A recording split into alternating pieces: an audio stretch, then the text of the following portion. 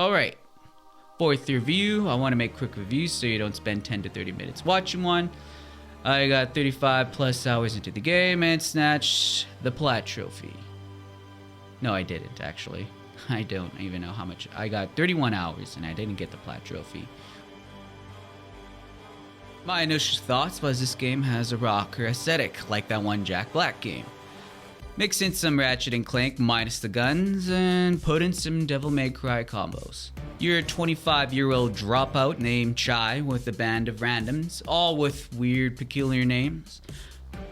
I had to put that in there, I don't know why.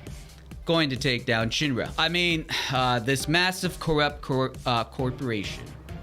That's the basic story of the game. So I won't go any further because, you know, I don't want to ruin it, like spoilers and stuff. So, but the story is okay. There's many funny moments, and they're pretty good. They add like pretty good stuff to the narrative of the game. I played this game on the hardest difficulty at the start. I don't recommend this for a lot of reasons, especially if you're a casual player. I am not a casual player. I kind of like giving myself a fucking challenge, you know? So, yeah, I kind of just went all in. Just wanted to see what would happen. But I will say this, I did die at parts of the game, parts of the stages, over and over and over and over again. It was really rage inducing. I had to take a breather here and there, so if you can't handle stuff like that, then maybe just play on easy or medium. It's a fun game. So the characters first, I want to say, is my favorite part of this game. They made this game bearable when I kept dying, as I did, like I said, ran the hardest difficulty in the game. The game knows it's a game once in a while, and I'll let you know that. It's actually really hilarious sometimes. This isn't some video game, Chai. You can't just beat the boss and call it a day. But what if it is, Peppermint? What if it is? Important note, it is all rhythm-based, so timing is essential in fighting. There are quick time events you do, so you got a button input at the right time or take huge damage. If you screw up the button inputs, you're gonna get hurt, right? So the game rewards you when you do it on time with the beat of the music, which builds your score and DPS. And you're gonna want to do that if you want to get that plat trophy, because the score just screws up just like that if you don't. The lore books you pick up builds the world, and it's funny if you can stand reading into it, and there is tons of reading if you're into that. But I don't know, at one point I kind of just kept going on. There are bosses throughout the game, and the interactions are just gold. Side-scrolling, platforming, time-event segment. There is side-scrolling, platforming, time-event segments, so it's not just a hack-and-slash kind of game. The upgrading system is not massive, but it does its thing, and it's pretty simple. It's pretty dope, and it's not crazy advanced like some games. It just gets so confusing, some of like upgrading systems. It's like, geez, can't you just simplify it sometimes? Like it's like less is better sometimes, you know? It's like music. The graphics are okay. I mean, it's got a cartoony vibe going for it, and I don't even care about that. Like, I used to love anime, but not really anymore. And it doesn't suck. The sound design did its thing, nothing bad, but the music I did enjoy the most. Oh, for sure.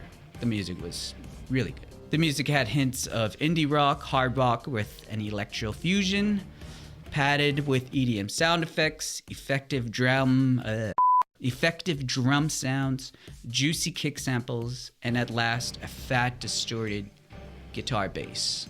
Like a really fat, distorted guitar compressed bass sound. It's just so good. The boys at that studio know what they're doing, or women, boys, girls, whoever wrote that knows what they're doing. It's a rhythm-based music game, like shit, and you're just jamming along to the game, you know? Like, I think my favorite track was when you fight the first boss. It's like, it's got this old school retro but modern taste to it. I don't know what it is, but it was really good. I really enjoyed it, so.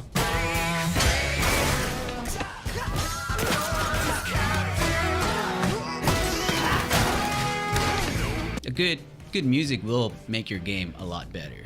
A good original soundtrack will make a movie way better. First off, you probably... Okay, there's a car going by. First off, you probably have to look at a guide for platinum. I feel like collectibles or treasure or note gathering quest for 100% completion is such an outdated gaming practice.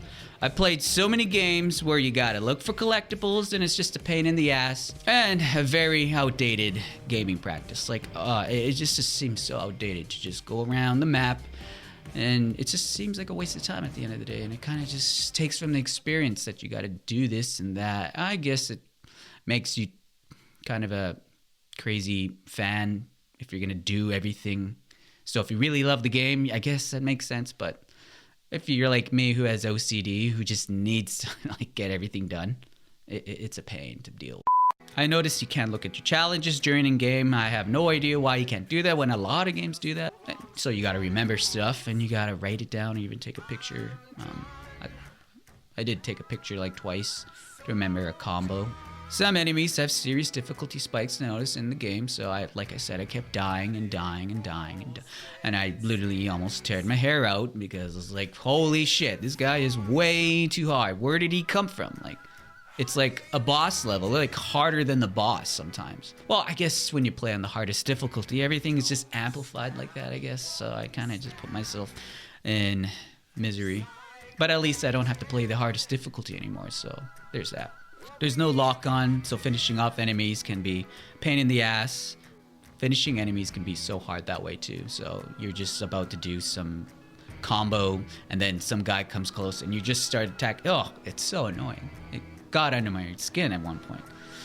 One thing too is you can't go back. You can't just chapter select. So if you miss something at the very end of a stage, you got to do the entire stage again, which can take like 20 to 30 minutes sometimes. Oh man, it just gets tedious. Like, it gets tedious fast. So all in all, in conclusion, this game has tons and tons of character going for itself, and I really enjoyed the hell out of it.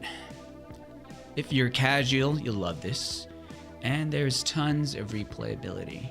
So, but if you want platinum, like myself, or people who just trophy hunt, or who have OCD, you gotta finish every stage 5 times on each difficulty, get every collectible, including hitting collectibles. You gotta finish all tasks, you gotta S-rank every fight of each stage, which is like 10 fights, and you gotta finish. But yeah, it's really tedious stuff, but I don't care. I'm gonna try to get that plat trophy maybe in like 3 weeks from now. After I put out this review, I'll probably post it on my YouTube channel if I got it yet. I don't know when I'll get it though. But yeah, I give it a 8 out of 11. I was gonna say 7 out of 11, but no, 8 out of 11.